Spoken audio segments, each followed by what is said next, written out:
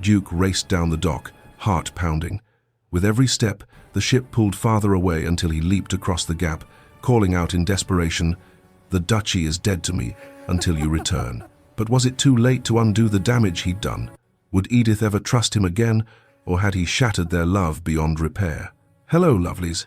Enjoying Edith and Elijah's tumultuous journey? A like or subscribe would mean the world. It helps me bring you more sweeping tales of love and betrayal from history's most scandalous moments. And please, tell me in the comments, where are you watching from? I read every note, and it truly brightens my day to hear from you. Southampton Docks, April 1824. The sea had no mercy. Lady Edith Ernest understood that now, standing at the rail of the SS Britannia as the ship pulled away from Southampton's crowded docks. The gap between vessel and shore widened with each passing second 3 feet, then 4, then 5, and with it, the distance between her past and whatever bleak future awaited her in America. The salt wind tore at her cream bonnet, whipping the ribbons against her throat like accusations. Her pale blue traveling gown, the finest thing she still owned, fluttered against the rail. In her gloved hands, she clutched a single leather valise. Everything she had been, Lady Edith Ernest, daughter of the Earl of Thornbury, once betrothed to a duke, had been reduced to this. One bag, one ticket, and a heart so thoroughly broken she wondered if it still beat at all. Around her, passengers crowded the deck, waving handkerchiefs at loved ones below, calling out final goodbyes. Children squealed with excitement. A woman wept into her husband's shoulder. Life, Edith thought bitterly, continued for everyone else. For her, it had ended 3 months ago in a drawing room in Mayfair, when the man she loved had looked at her with eyes of ice and said, "I will not have my name attached to a woman of questionable virtue." She forced herself to look away from the docks, away from England, away from everything she had lost. The grey waters of the Channel stretched before her, cold and indifferent, appropriate. Then the shouting began. At first, Edith thought it was just the typical chaos of departure dock workers calling instructions, sailors securing lines, merchants haggling over last-minute cargo. But this was different. This was panic. "Make way! Move!" The voice was raw, desperate, cutting through the cacophony of the port like a blade. Edith's hand tightened on the rail, but she did not turn. She would not look back. Looking back was what had nearly destroyed her the first time. "Stop that ship, Edith." Her breath caught. She knew that voice. It had haunted her dreams for 3 months, sometimes warm with the memory of what they'd had, more often cold with the memory of what he'd done. No, it couldn't be. Edith Ernest. Against every instinct of self-preservation, Edith turned. The Duke of Wrendale had abandoned his carriage in the middle of the port road, the door still hanging open, his driver shouting protests that went unheard. Elijah Walter sprinted down the crowded dock as if demons pursued him, and perhaps they did, the demons of his own making.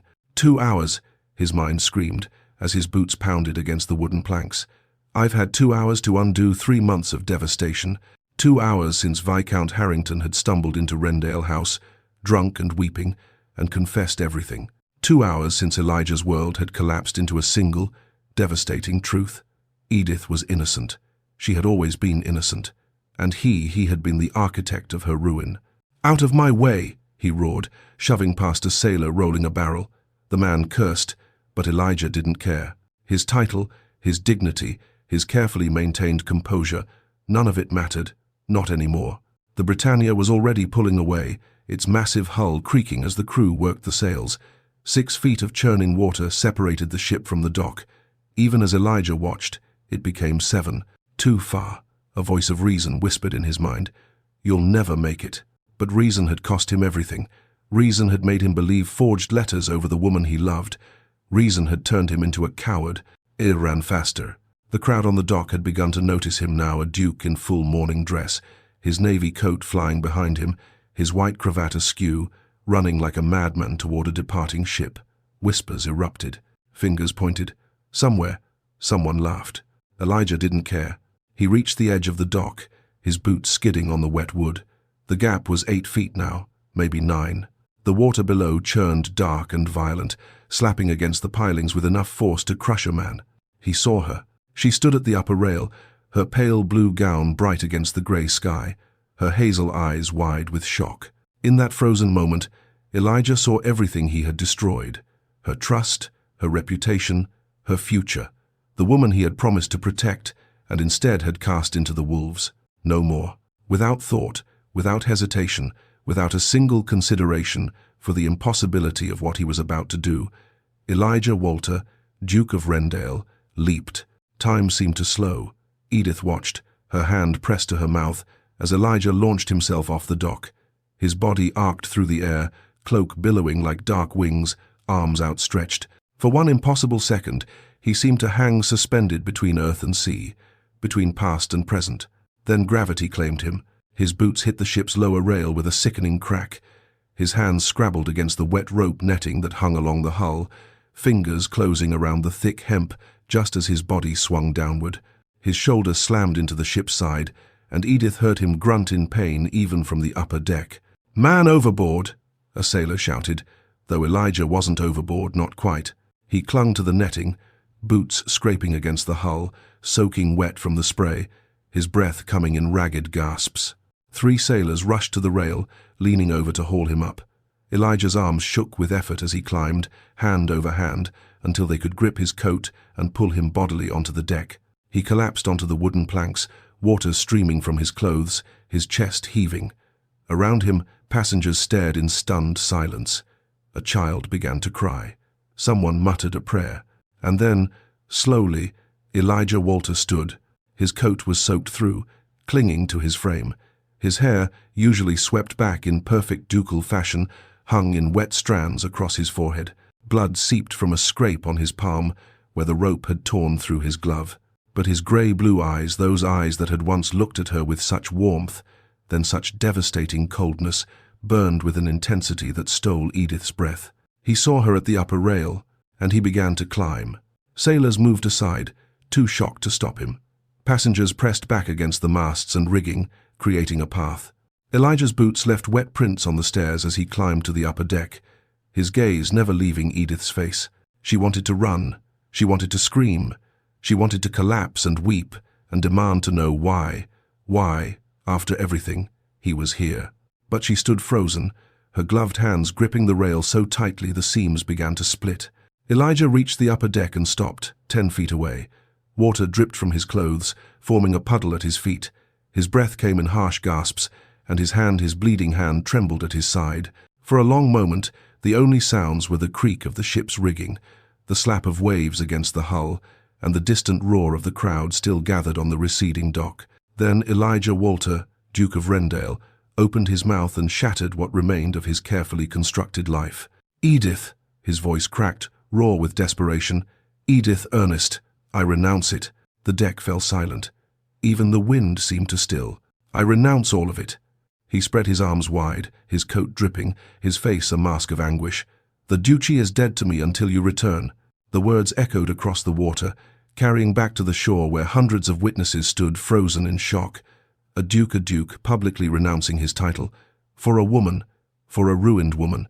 Edith's vision blurred. She blinked, and tears she had sworn she had no more of spilled down her cheeks. A memory struck her with the force of a physical blow. 3 months ago, this same dock, a cold January morning, Elijah had brought her here to watch the ships depart, his arm warm and solid beneath her gloved hand. The wind had been gentler then, and so had he. "One day," he had said, his voice warm with promise, "we'll travel together, not as Duke and Duchess performing duty, but as husband and wife seeking adventure." She had laughed, leaning into his shoulder. "Where shall we go?" "Everywhere," he had replied, and kissed her temple. "Anywhere you wish." That man, that warm, gentle man, had vanished the moment scandal touched his pristine reputation. The memory shattered, and she was back on the deck, staring at the drenched, desperate stranger who wore Elijah's face. "Edith," he said again, quieter now, but the word carried in the unnatural silence. He took a step forward. "Please, I know the truth. I know what Margaret did. I know you're innocent." Something cold and hard settled in Edith's chest. Her tears stopped. Her trembling ceased. When she spoke, her voice was steady and sharp as winter ice. "You're too late, Your Grace." The words landed like stones. Elijah flinched as if she'd struck him. On the dock below, the crowd erupted. Whispers became shouts. Gasps became exclamations. By nightfall, every drawing-room in London would be buzzing with the tale. The Duke who jumped for his ruined fiancée, only to be rejected before hundreds of witnesses. Edith forced herself to meet his gaze. His grey-blue eyes, once so controlled, so cold, now brimmed with anguish, desperation, and something that looked almost like hope. She crushed that hope with her next words. "I no longer care what you know, or what you believe, or what Margaret did." Her gloved fingers gripped the rail so tightly the fabric finally tore. "You showed me who you are when it mattered. When scandal touched your perfect reputation, you cast me aside like refuse. You didn't ask for my side. You didn't investigate. You simply believed." "Edith." "No." The word cracked like a whip. Around them, passengers leaned closer, shameless in their eavesdropping. Edith didn't care. She was beyond shame, beyond ruin, beyond everything except the cold fury that had sustained her through 3 months of hell. "You believed I could betray you," she said, "that I could lie to you, that I could destroy everything we had for what? An affair with a married man? You looked at me, Elijah Walter, and you saw a stranger, someone capable of deception. I was wrong." His voice broke. "God help me, I was wrong." "Yes," Edith agreed, and her hazel eyes were dry now, burning with a cold fire. "You were. And now you expect me to forgive you because you've discovered the truth? Because you've made a grand gesture?" She gestured to his soaked coat, his bleeding hand. The ship still pulling away from England, though the captain had apparently ordered the vessel slowed, the crew unwilling to miss the spectacle unfolding on their deck. "You've ruined yourself for me," Edith said. "How very noble, how very dramatic. But you're too late, Your Grace." She turned her back on him, facing the open sea. Behind her, she heard Elijah take a shuddering breath. When he spoke again, his voice was barely above a whisper, but it carried in the silence. "Then let me be too late. Let me be ruined. But don't sail away believing I didn't love you. Don't sail away thinking you meant nothing." Edith closed her eyes. "What you loved," she said quietly, "was the idea of me. The perfect, biddable Lady Edith, who would give you heirs and cause no scandal. The moment I ceased to be perfect, your love vanished." "That's not true." "Isn't it?" She whirled to face him, and the fury in her eyes made him step back. "Then why did you never open my letters? Why did you never grant me even one audience? Why did you dissolve our engagement in the Times, like I was nothing more than a failed business transaction?" She saw the answer in his stricken face. Because he had been afraid. Afraid of being made a fool. Afraid of scandal. Afraid of anything that might tarnish the pristine reputation of the Duke of Wrendale. "You're too late," Edith repeated, and this time her voice was soft. "Final. Go home, Your Grace. Go back to your duchy. I'm sure it will comfort you far better than I ever could." She turned away again, her torn gloves clutching the rail, her back rigid. Behind her, Elijah Walter Duke, peer of the realm, one of the most powerful men in England, stood dripping and broken before hundreds of witnesses. And for the first time in his carefully controlled life, he had absolutely no idea what to do. Chapter 2. The Scandal. 3 months earlier, London. Lady Edith Ernest had never expected a love match. The daughter of an impoverished earl whose estate existed more on credit than coin, she had been raised with practical expectations. A respectable marriage to a respectable gentleman, perhaps a younger son with a modest income, or a widower in need of a mother for his children. Love, her mother had told her with weary resignation, was a luxury their family could no longer afford. And then Elijah Walter, Duke of Wrendale, had asked her to dance. It had been at the Hartwell Ball in early December, the first major event of the winter season. Edith had been standing near the potted palms, that universal refuge of wallflowers and impoverished gentry, when he appeared before her like something from a novel, tall, broad-shouldered, with dark hair, and those extraordinary grey-blue eyes that seemed to see straight through society's pretenses. "Lady Edith," he had said, offering his gloved hand, "would you do me the honour?" She had been too shocked to do anything but nod. The waltz that followed had changed everything, not because of romance, not yet, but because of conversation. While other couples danced in strained silence or exchanged banal pleasantries about the weather, Elijah had asked her opinion on the reform bill currently being debated in Parliament. "Most ladies find politics tiresome," he had said, a challenge in his tone. "Most gentlemen find ladies' opinions inconvenient," she had countered. He had laughed a genuine, delighted sound, and from that moment Something had shifted between them. Their courtship became the talk of London, the Duke and the impoverished Earl's daughter. Duty and circumstance should have made it impossible, yet week after week, Elijah called at Thornbury House. He took her to the opera, where they argued about Mozart in hushed whispers, while society matrons glared their disapproval. He walked with her in Hyde Park, where she made him laugh with her acerbic observations about the Tun's more ridiculous members. "You're nothing like the simpering debutantes my mother keeps pushing at me," he had said one cold afternoon in early January, as they strolled past the Serpentine. "Should I simper more?" Edith had teased, batting her eyelashes in an exaggerated fashion. God, no. He had caught her hand, a scandalous gesture in public, even for an engaged couple, and his thumb had brushed across her glove. "I chose you, Edith, not for breeding or connections or dowry. I chose you."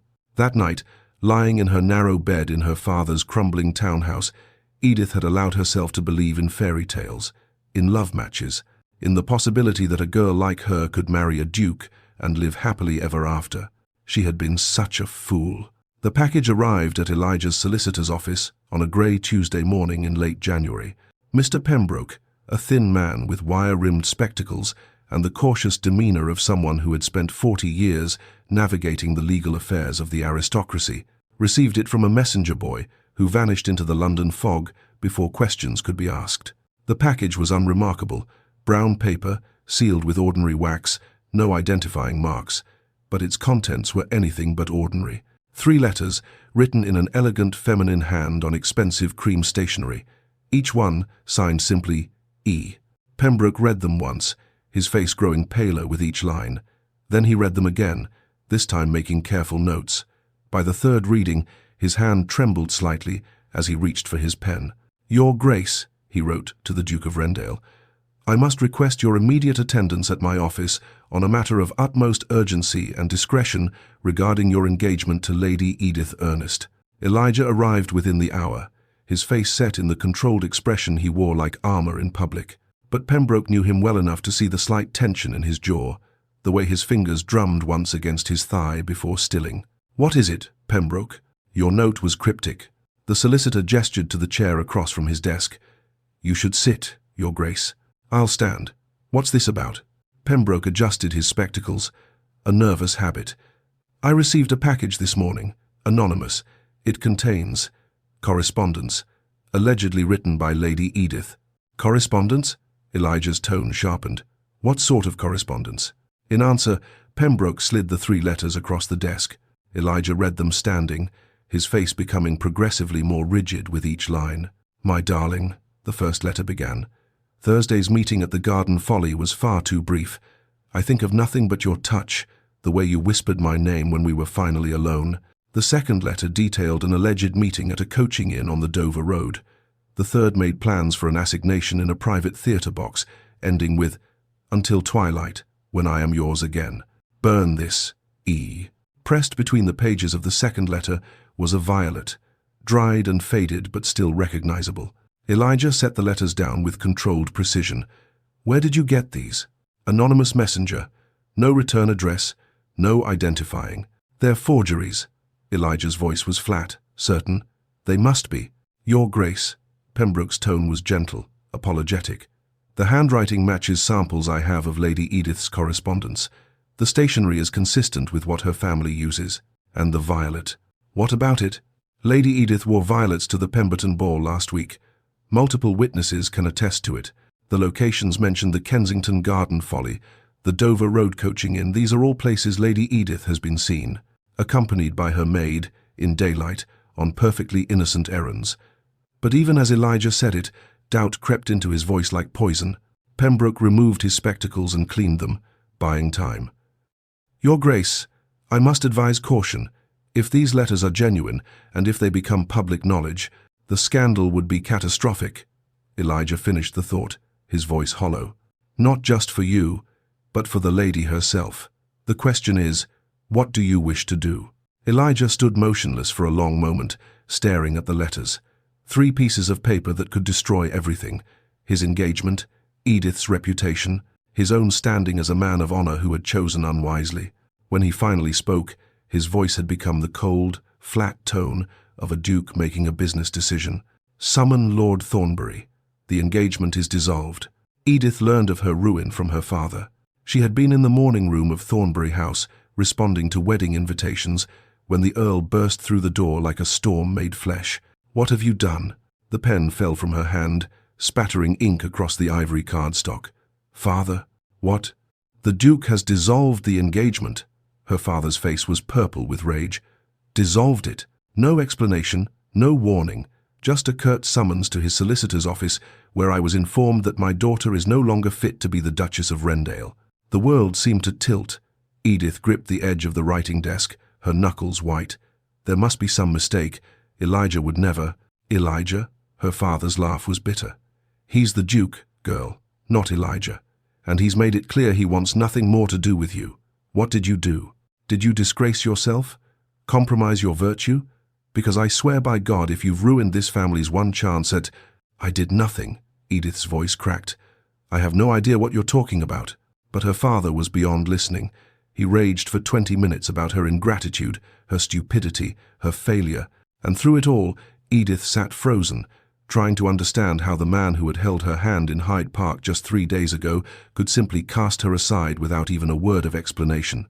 That evening, the notice appeared in the Times. "The Duke of Wrendale regrets to announce the dissolution of his engagement to Lady Edith Ernest, effective immediately." 23 words. That was all it took to destroy her life. The whispers began immediately. At first, they were veiled, the kind of speculation that society trafficked in like currency. But without any explanation from the Duke, imagination filled the void. By the end of the week, the rumors had solidified into accepted fact. Lady Edith Ernest had been caught in an affair, with whom varied depending on the source, but the affair itself became an unquestioned truth. Invitations stopped arriving. Former friends crossed the street to avoid her.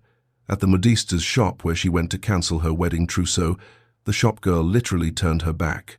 Her mother wept constantly, a ghost drifting through the halls of their townhouse. Her father alternated between rage and stony silence. And Elijah said nothing, did nothing. The man she had thought she loved simply vanished from her life as completely as if he had never existed. Edith wrote to him. 5 letters in total, each one more desperate than the last. "Please, Elijah, tell me what I've done. Let me defend myself. I don't understand. Your Grace, I beg you for one audience. There has been some terrible mistake. Whatever you believe about me, it's not true. I swear on my mother's life, I have done nothing wrong." None of the letters received replies. She didn't know that they had never been opened, that Elijah's secretary had burned them on orders to cease all contact with the Ernest family. She only knew that the man she loved had looked at her and found her wanting, and hadn't even cared enough to tell her. Why? Present day, the ship's deck. "You're too late," Edith said again, and the memory of those 3 months, the humiliation, the isolation, the slow death of hope, hardened her voice to steel. Elijah stood before her, dripping and desperate, and she felt nothing. Or rather, she felt everything at once, rage and grief, and a bitter, poisonous satisfaction that he was finally suffering even a fraction of what she had endured. "I didn't know," he said, his voice raw. "Edith, I swear to you, I thought the evidence was—" "Evidence?" She turned to face him fully, and her hazel eyes blazed. "What evidence?" "The letters. The letters you allegedly wrote to Viscount Harrington.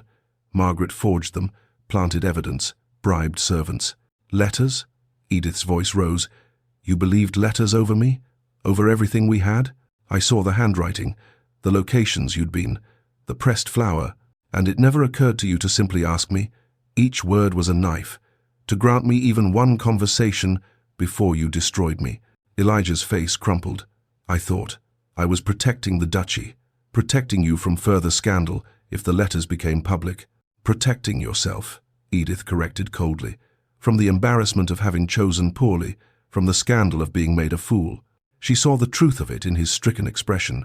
"I wrote to you," she continued, her voice shaking now with suppressed emotion, 5 times, begging for a chance to explain, to understand. "You never even opened them, did you?" His silence was answer enough. Edith laughed, a hollow, broken sound. "You're too late, Your Grace. 3 months too late. You can leap across all the harbours in England, renounce all the titles you possess, and it won't change what you did. You saw evidence and believed it. You saw me and doubted everything. Behind them, the ship's captain cleared his throat. Your Grace, my lady, we cannot remain stationary indefinitely. But neither Edith nor Elijah moved, locked in a tableau of broken trust and devastated love. I will go to America, Edith said quietly, and you will return to your duchy. That is how this ends. No. The word was barely a whisper. Please, Edith, don't. You're too late, she said one final time, and turned her back on the Duke of Wrendale. Chapter 3. The Architect of Ruin. 2 months earlier, Mayfair. Lady Margaret Ashcroft had learned early in life that survival required ruthlessness. Widowed at 30, left with a modest income and a son to raise, she had watched with calculating eyes as her cousin Elijah inherited the Duchy of Wrendale at the age of 25. The title, the estates, the fortune, all of it had passed to him with the effortless inevitability of primogeniture. But Elijah had no heir, no brothers, no uncles. The line of succession, should anything happen to him, led directly to Margaret's son, Edward. For 9 years, Margaret had nurtured that possibility like a gardener tending a delicate seedling. She had positioned herself as Elijah's trusted family advisor. She had ensured Edward received the finest education, moved in the right circles, developed the bearing of a future duke. She had been patient, and then Elijah had announced his engagement to Edith Ernest. Margaret had smiled and offered congratulations, while internally calculating how quickly a duchess could produce an heir. 9 months after the wedding, perhaps, a year at most, and with a single birth, Edward's future, her future, would vanish like morning mist, unless something were done. Lady Edith, how delightful to see you. Margaret swept into the modiste's shop on Bond Street, with the practiced grace of a woman who knew precisely how to make an entrance. Edith, standing before a mirror draped in ivory silk, turned with a startled smile. Lady Margaret, I didn't expect. I couldn't resist. Margaret clasped Edith's hands warmly. My cousin is finally settling down, and with such a charming girl, you must let me help with the preparations. I insist. It had been absurdly easy. Edith, new to aristocratic circles and still uncertain of her place, had been pathetically grateful for the attention. Margaret became a fixture at her side, attending fittings, taking tea, offering advice on everything from flowers to guest lists. You went to Kensington Gardens yesterday? Margaret asked one afternoon, over tea at Thornbury House, her tone light and conversational. Yes, with my maid. The winter roses were still blooming near the Folly, quite remarkable for January. Margaret filed the information away. Kensington Gardens, the Folly, winter roses. And I heard you accompanied your mother to Dover last week? Just for the day. She has cousins there. We stopped at the coaching inn, the White Hart, for luncheon on the return journey. Dover, the White Hart, midday. Every casual conversation was an intelligence operation. Every innocent detail became ammunition. By mid-January, Margaret knew Edith's schedule better than Edith herself did.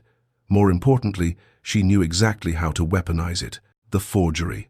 The shop in Cheapside was tucked between a pawnbroker and a gin house, the kind of establishment that respectable ladies never entered.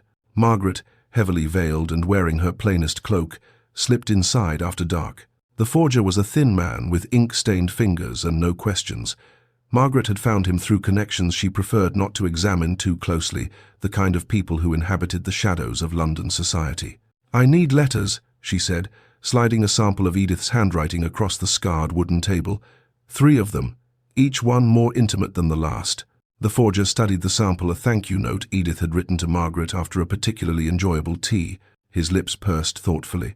The hand is educated, not difficult, but it will require quality paper. Time. You have 1 week. I'll pay £50. His eyes widened. For that price, he'd have forged the king's signature.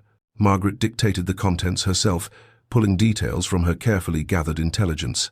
My darling, Thursday's meeting at the Garden Folly was far too brief. The Kensington visit became a lover's tryst, the coaching inn on the Dover Road. An innocent lunch with her mother transformed into an illicit assignation, our stolen hours in the private box, a perfectly respectable evening at the theatre, chaperoned by Margaret herself, ironically reimagined as something sordid. The forger worked with meticulous care, matching not just the handwriting but the rhythm of Edith's natural prose. Margaret had provided enough sample letters that he could mimic her phrasing, her turns of speech. When he presented the finished product, even Margaret was impressed. "And the signature?" she asked. He added a simple E to each letter with a flourish. Plausibly deniable, but damning. Perfect. The evidence. But letters alone might not be enough. Margaret needed physical proof, something that would place a gentleman in Edith's rooms in her possession. Viscount Harrington was the obvious choice. Married, reasonably handsome, and most importantly vulnerable. Margaret had discovered his affair with Lady Crestwood quite by accident, witnessing an indiscreet encounter at a country house party. She had filed that information away as she did everything, ammunition for a future battle. The battle had arrived. "Lord Harrington," Margaret said, cornering him at a ball, "might I have a word?" In a private alcove, she laid out the situation with brutal efficiency. "I know about Lady Crestwood. I have a witness prepared to testify to what they saw. Her husband is a very jealous man, as you know, and very proficient with pistols." Harrington's face went white. "What do you want?" "Your silence. Certain allegations may be made about Lady Edith Ernest. Should anyone ask you about them, you will say nothing. You will not defend her. You will not denounce the accusations. You will simply remain silent." "That's all?"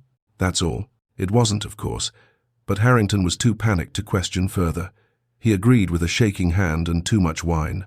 Margaret obtained one of his cufflinks, not stolen, simply acquired through a servant she'd bribed at his household. It was a distinctive piece, gold with a small sapphire, his family crest engraved on the back. The final piece of the puzzle, the bribed maid. Clara had been Edith's lady's maid for 3 years.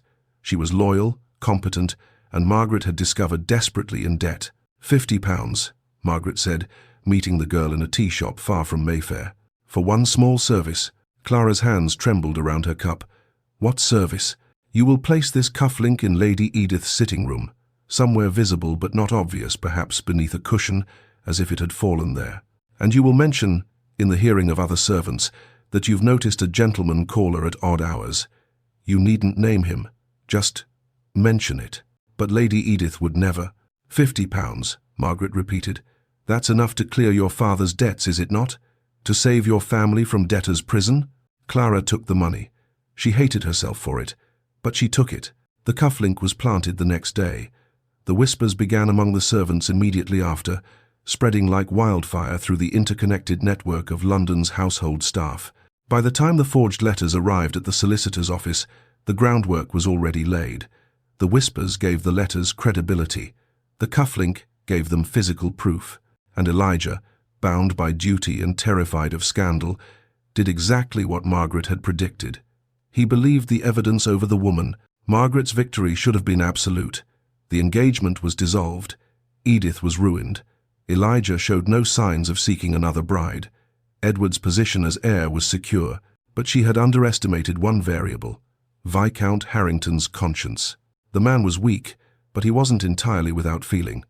As the weeks passed and he watched Edith's name dragged through the mud, watched her family retreat from society, watched the light die in her eyes at the few public events she still dared to attend, something in him began to crack. He started drinking more, sleeping less. His affair with Lady Crestwood soured. She found him maudlin and tiresome. "You destroyed that girl," she said one night, pulling away from his embrace. "Everyone knows the Duke dissolved the engagement because of her affair with you. Whether it's true or not hardly matters now." "It's not true," Harrington whispered. "Then why don't you say something?" Because he was a coward.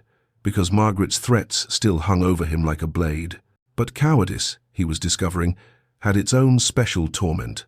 2 hours before the ship, Viscount Harrington arrived at Wrendale House at 6:30 in the morning, dishevelled and reeking of gin. The butler tried to turn him away, but Harrington pushed past him with the desperate strength of a man who had finally reached his breaking point. "I must see the Duke. I must see him now." Elijah was in his study, reviewing shipping manifests over coffee, when his butler announced the unexpected visitor. "Harrington? At this hour?" The Viscount stumbled into the study, his cravat askew, his eyes red-rimmed and wild. "Your Grace, I can no longer bear this.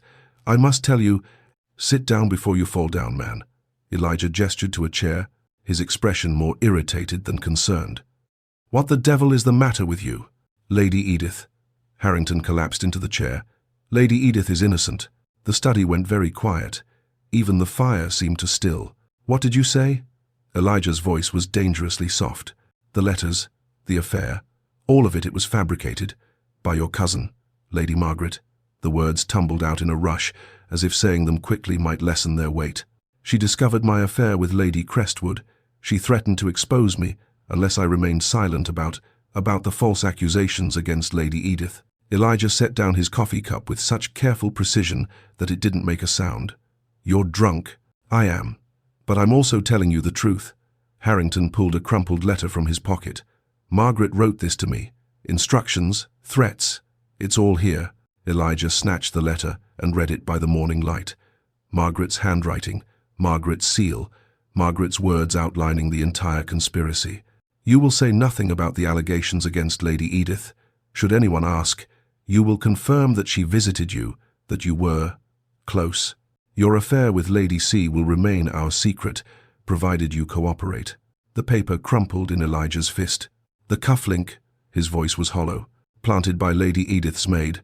Margaret bribed her. The letters were forgeries, hired some forger in Cheapside, from what I understand. And Harrington's voice broke, I said nothing. I let an innocent woman be destroyed because I was too much a coward to face my own scandal." Elijah stood slowly, his face drained of all color. The room tilted slightly. He gripped the edge of his desk. "When did this happen?" "Margaret approached me in mid-January, before the letters were delivered to your solicitor. And you've known for 3 months." The words were frost. "For 3 months, you've watched Lady Edith's reputation be destroyed, watched her family suffer, and you said nothing." "I'm saying it now." Harrington stood, swaying slightly. "I know I'm damned for my cowardice, but you should know, you deserve to know that lady is innocent. She has always been innocent."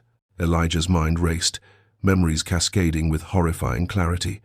Edith's letters, unread and burned, her protestations of innocence, ignored, the confusion and hurt in her hazel eyes the last time he'd seen her, at the opera, before she'd fled his cold stare.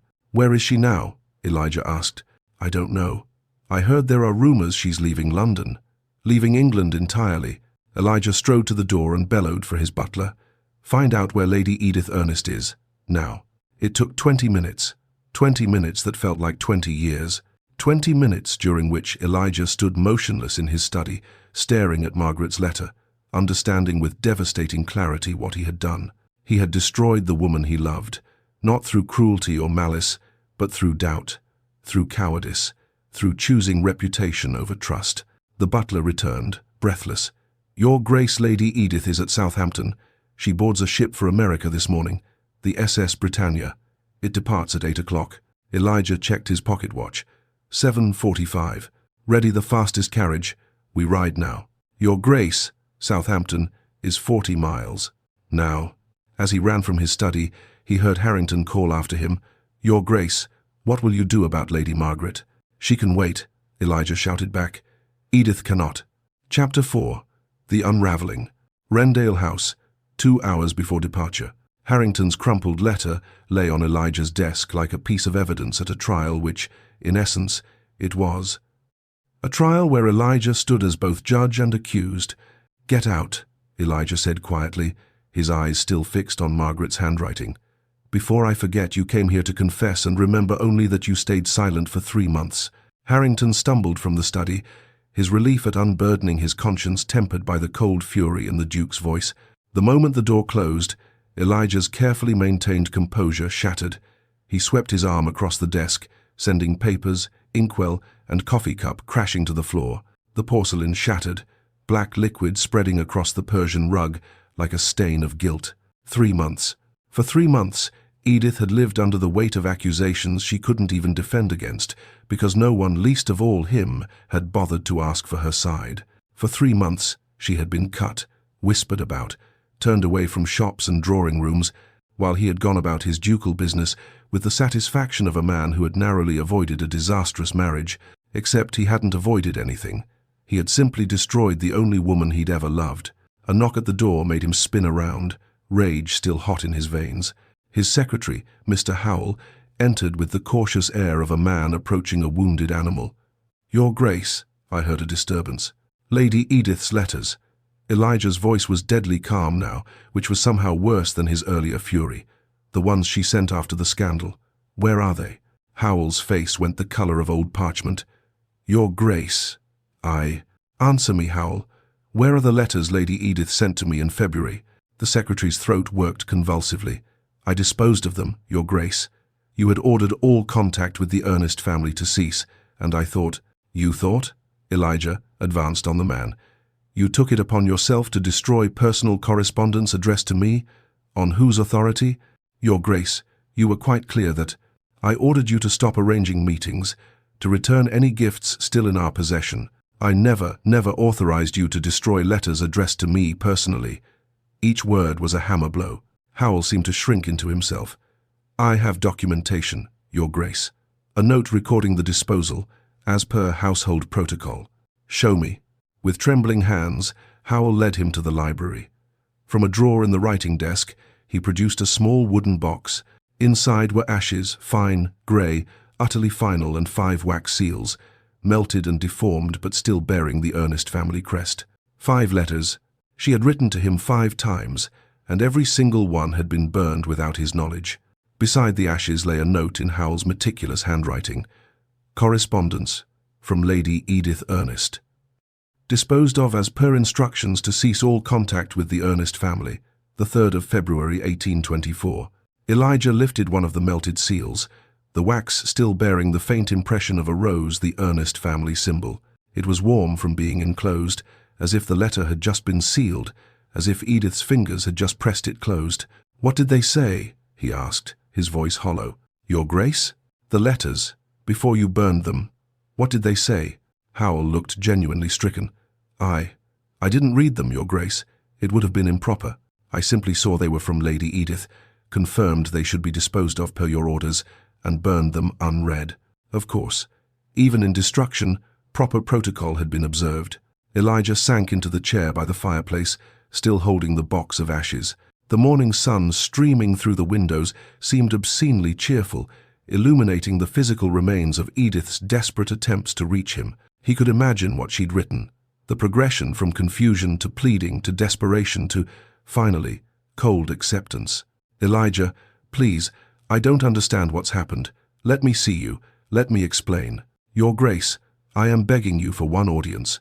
Whatever you believe about me, it isn't true. I don't know what I've done to deserve this, but I swear on everything I hold sacred that I am innocent. Why won't you answer me? Why won't you even grant me the dignity of an accusation I can address? And finally, I understand now. You never truly knew me at all. Get out, Howell, Elijah whispered, and send for my solicitor. Immediately. Your Grace, if I may. Now. Pembroke arrived within the hour, his expression grave. He'd clearly heard about Harrington's early morning confession. News travelled fast in London's legal circles. Your Grace. He set his leather case on the desk with careful precision. I came as soon as I received your summons. The letters you showed me in January, the ones allegedly from Lady Edith. Where are they now? Pembroke produced them from his case, 3 pieces of cream stationery, still bearing that elegant, damning script. Elijah spread them across his desk, studying them with fresh eyes. The handwriting was good, excellent, even.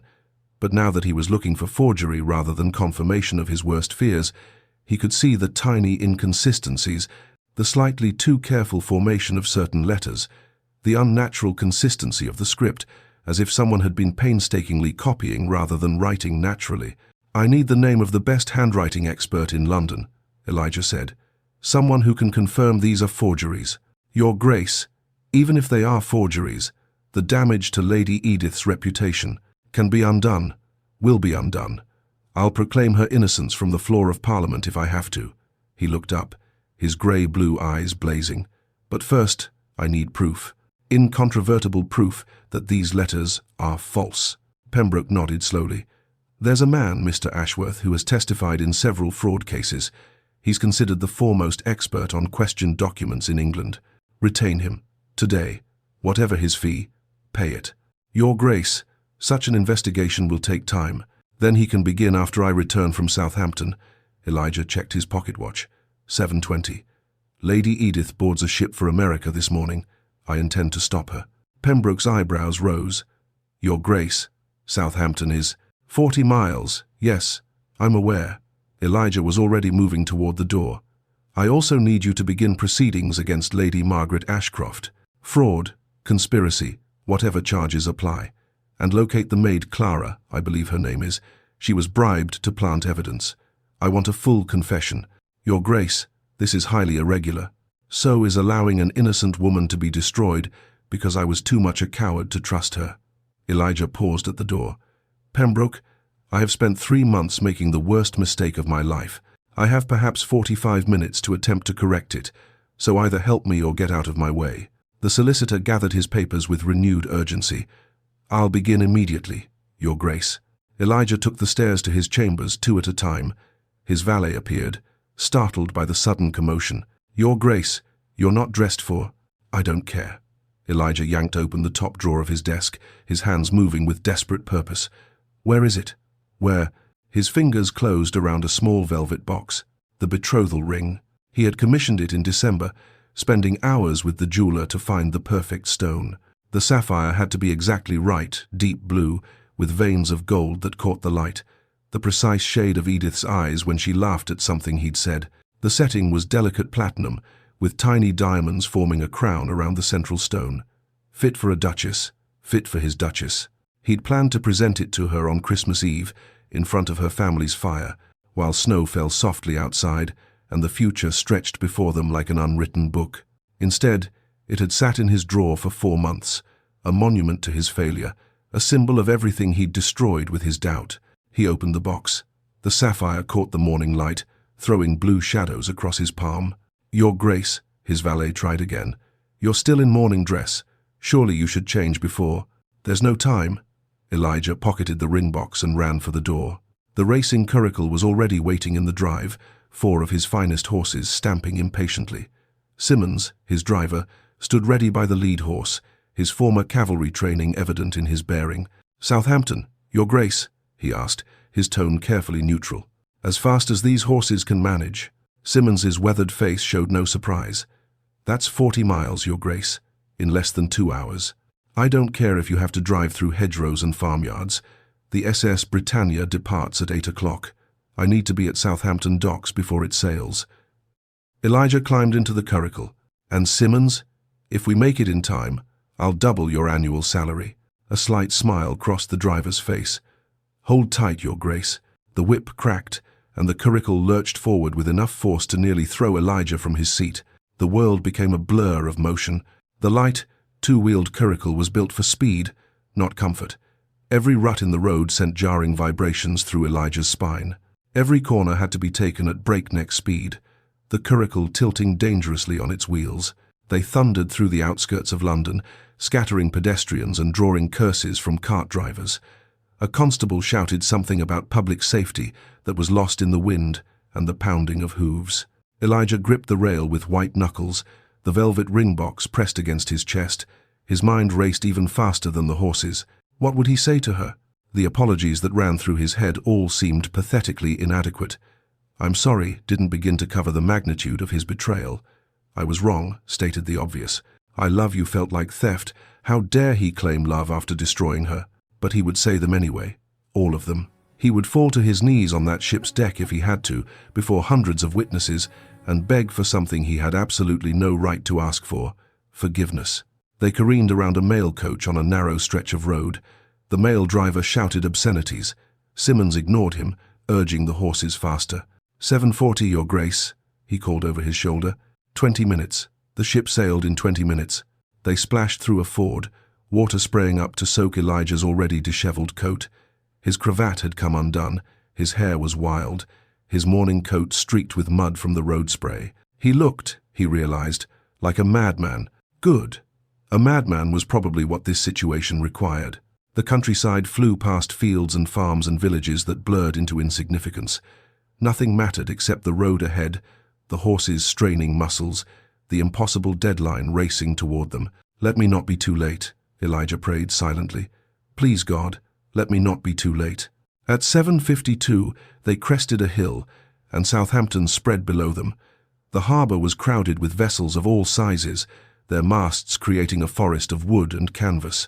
And there, pulling away from the dock with agonizing slowness, was a large passenger ship with SS Britannia painted on its hull. "There," Elijah pointed, his voice hoarse. Even from this distance, he could see the gap of dark water widening between ship and dock. 6 feet, 7.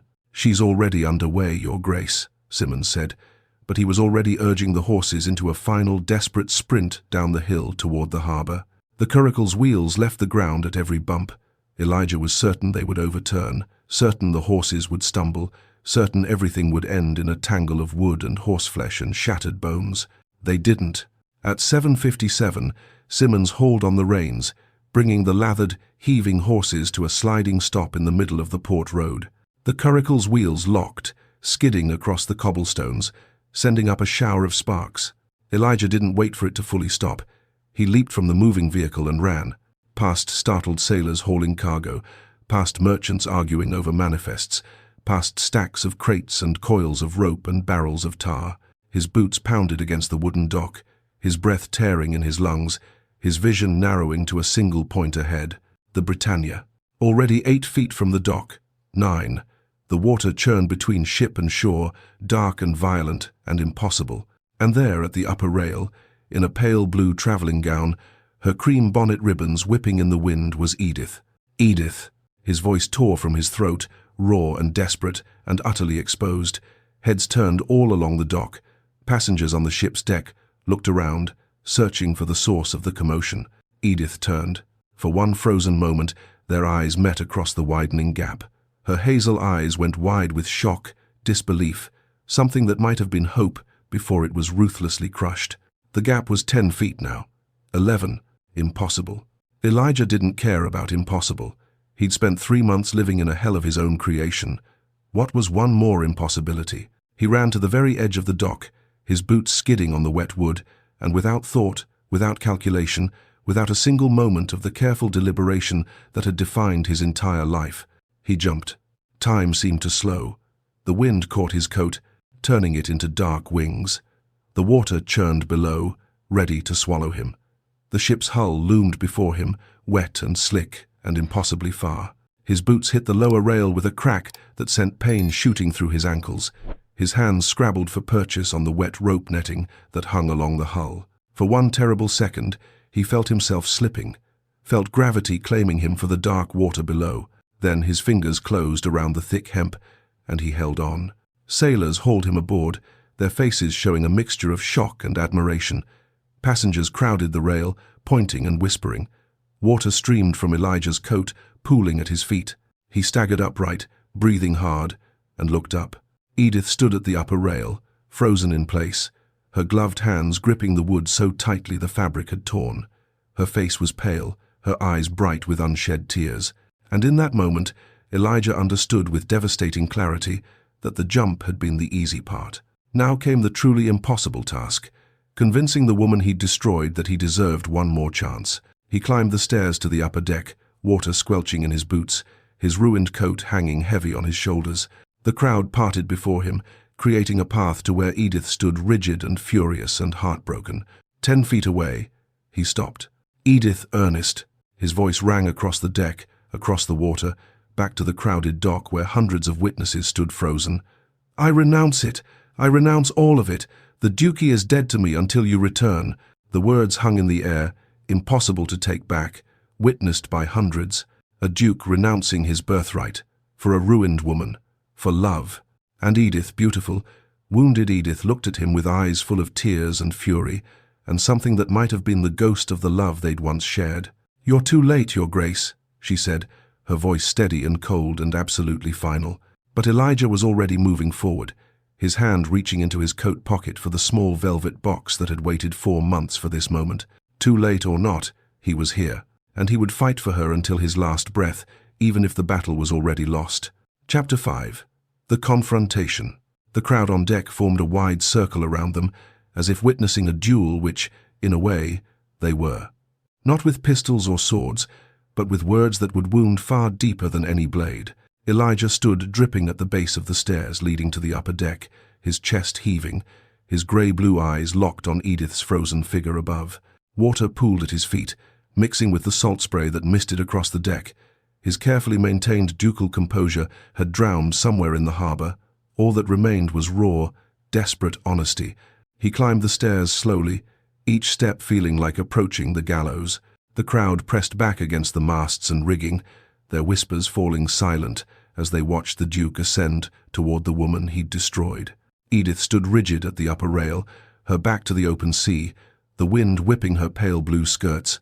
Her cream bonnet had come partially loose, allowing strands of chestnut hair to escape and dance around her face.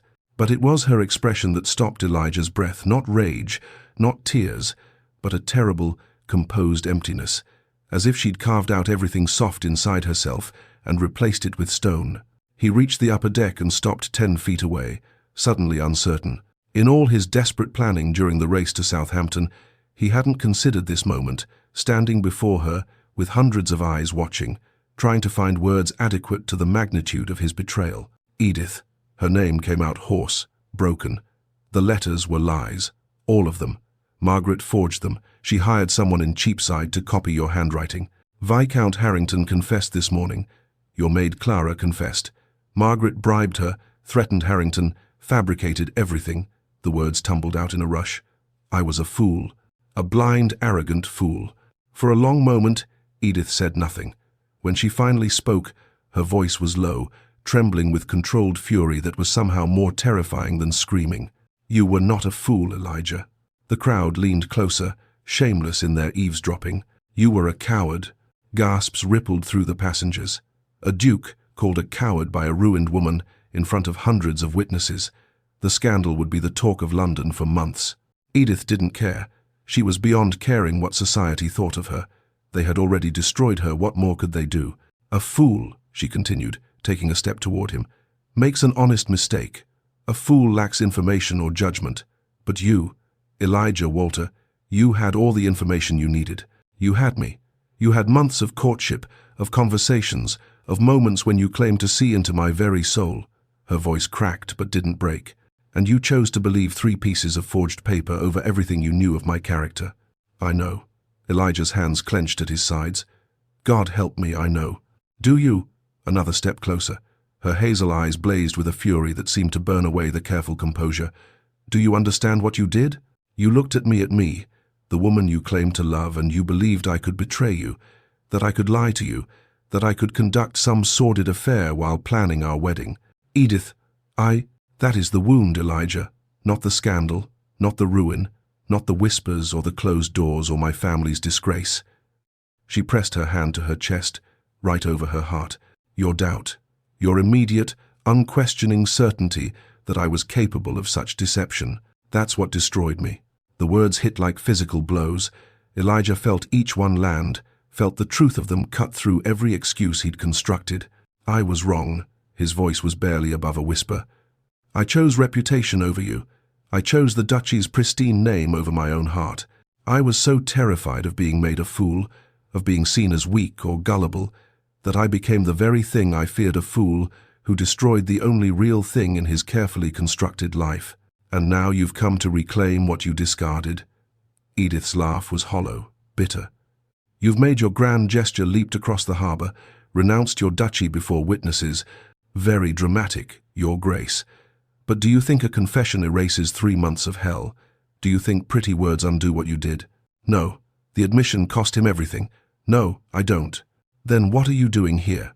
For the first time, her voice truly broke. Why did you come? To ease your guilt? To prove to yourself you're not the villain I know you to be? I came because you deserved the truth. Elijah took a step closer, then another, until only a few feet separated them. Because you deserved to know you were innocent, not ruined, not disgraced, but innocent. And because his knees buckled. The crowd gasped as the Duke of Wrendale sank to his knees on the damp deck, before Edith, before hundreds of witnesses.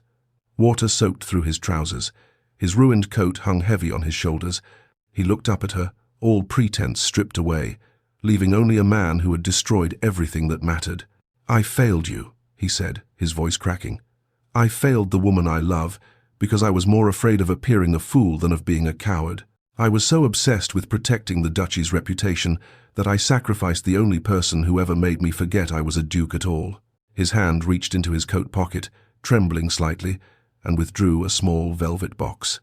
He opened it, and even in the grey morning light, the sapphire inside blazed with blue fire. This was meant for you. I commissioned it in December, spent weeks finding the perfect stone. It had to match your eyes exactly, the way they look when sunlight catches them. When you laugh, his voice broke, I was going to give it to you at Christmas, in front of your family. I had a whole speech planned about how you'd changed everything, how I'd thought duty and love were separate things, until I met you. Edith stared at the ring, her face pale. The sapphire caught the morning light, throwing blue shadows across Elijah's upturned palm, deep blue with veins of gold, surrounded by tiny diamonds that sparkled like captured starlight. The exact shade of her eyes, her hand trembled. For one moment, just one, something flickered across her face. Not forgiveness, but recognition. He had seen her. Before everything fell apart, he had truly seen her. But then the stone mask returned. Pretty words and jewels, Your Grace. Her voice was steady again, cold. But they don't undo your doubt. That ring represents a future you destroyed. A woman you believed in enough to commission a ring for, but not enough to trust when it mattered. I know I don't deserve. No, the word was final. You don't. Elijah stayed on his knees, the ring box still open in his palm. Around them, the crowd watched in breathless silence. This was better than any theatrical performance, a real duke, a real scandal, real heartbreak playing out before their eyes. I'm not asking for forgiveness, Elijah said quietly. I know I don't deserve that. I'm not even asking for another chance, though God knows I want one. I'm asking, he swallowed hard, I'm asking you to let me spend the rest of my life proving that my doubt was my failing, not yours, that you were everything I believed you to be, and I was too much a coward to trust it. And how exactly do you propose to do that? Edith's voice was sharp. From London while I'm in America? Through letters that may or may not reach me? Through grand public gestures that change nothing? I'll follow you. The words came without thought, without calculation. To America, to the ends of the earth, wherever you go. I'll resign my seat in Parliament. I'll turn the Duchy over to stewards. I'll make way. Official business. The shout from the dock below cut through the tension like a knife. All heads turned toward the shore, where a constable in a dark uniform was pushing through the crowd, waving something above his head. Stop this vessel. I have urgent business with the Duke of Wrendale. The ship's captain, who had been watching the drama unfold with his arms crossed, nodded to his first mate. Drop anchor. Let's hear what the constable wants. The anchor chain rattled. The ship, which had been drifting slowly away from the dock, came to a halt. Sailors scrambled to lower a rope ladder for the constable, who climbed aboard with the agility of someone accustomed to such maneuvers. He reached the upper deck, breathing hard, his face flushed.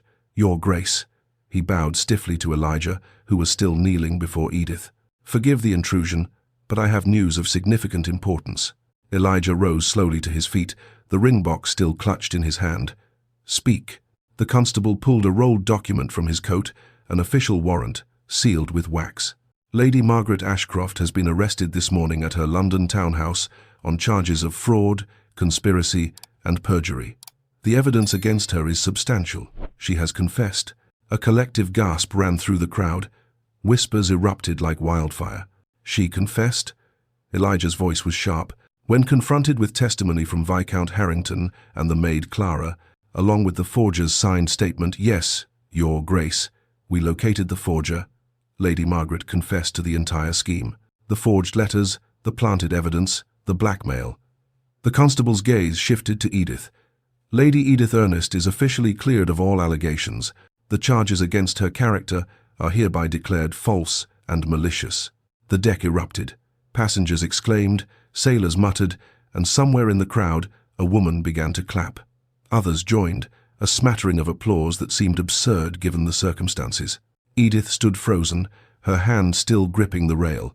Her innocence, which she had known all along but couldn't prove, was now official, public, witnessed by hundreds and backed by legal documentation. She should have felt relief, vindication, victory. Instead, she felt nothing but a hollow ache. The constable bowed again. Congratulations, Lady Edith. Justice has been served. He departed, leaving silence in his wake. Slowly, Edith turned her gaze back to Elijah. He stood before her, the ring still in his hand, his face showing a mixture of relief and anguish. So now the world knows, Edith said quietly. Now society will whisper about poor Lady Edith, victim of a terrible conspiracy. They'll welcome me back to their drawing rooms, offer apologies that mean nothing, and pretend the last 3 months never happened. Edith, but tell me, Elijah. She took a step closer, her voice dropping to barely above a whisper. The world knows I'm innocent. Margaret has confessed. The evidence is irrefutable. But do you know, not with legal proof or signed confessions or constables waving warrants, do you, in your heart, in your soul, know that I never betrayed you? The question hung between them, the only one that truly mattered. Elijah closed the ring box and met her gaze. I should have known from the beginning. I should have trusted what we had over what some letters claimed. But yes, Edith, I know. Not because of Margaret's confession or Harrington's testimony. I know because I finally stopped being afraid of trusting you and started being terrified of losing you. 3 months too late. But there was less steel in her voice now, more exhaustion. I know, Elijah said again, but I'm here anyway. Too late, too ruined, too desperate. But here. Around them, the crowd waited, breathless, for Edith's response. She looked at the ring box in his hand, at the man kneeling in spirit if not in body, at the future that had been stolen and might impossibly be reclaimed. I need time, she finally said. Not yes, but not no. It was more than Elijah deserved, and he knew it. Take all the time you need, he said softly. I'll wait. Chapter 6. The Secret. The silence that followed Edith's words, I need time, should have been a reprieve. A moment to breathe, to process, to begin the impossible work of rebuilding what had been shattered.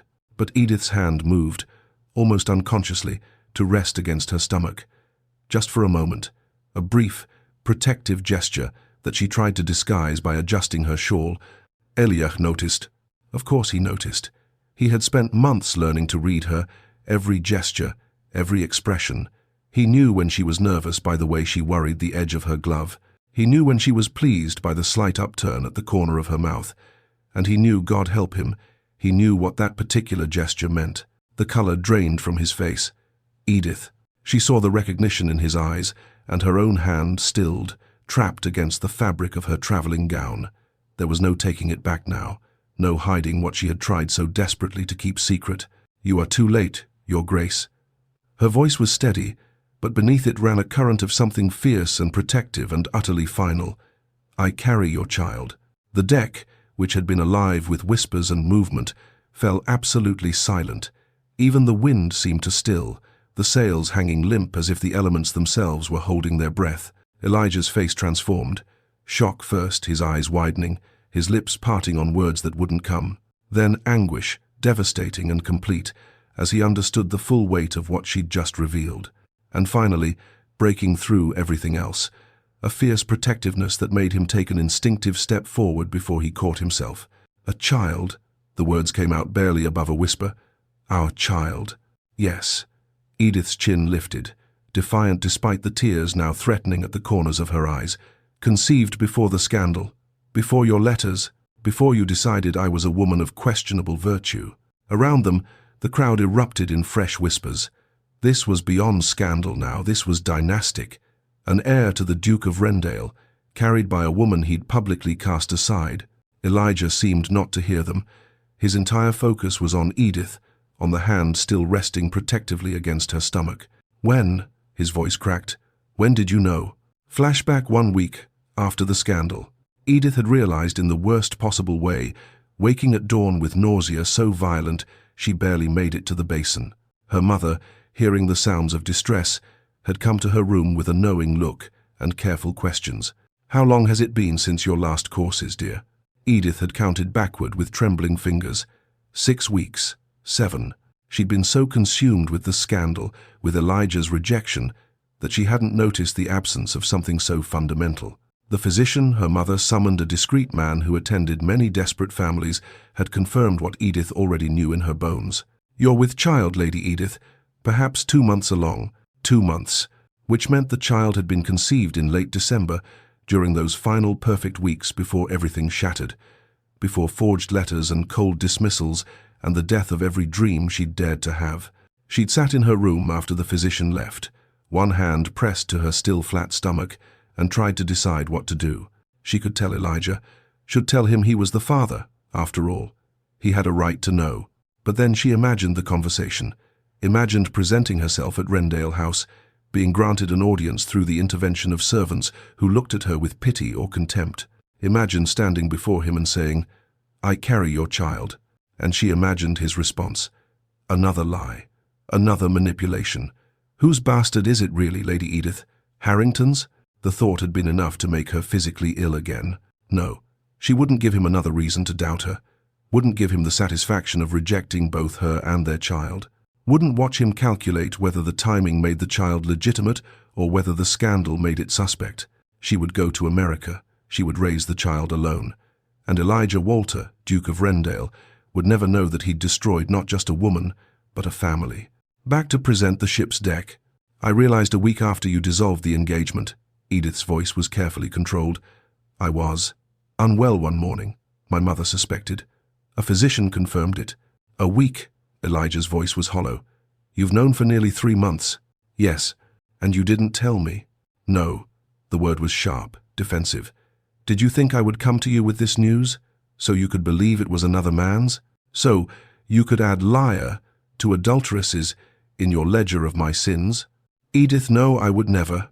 You would. She cut him off, her voice rising. You did. You believed the letters without question.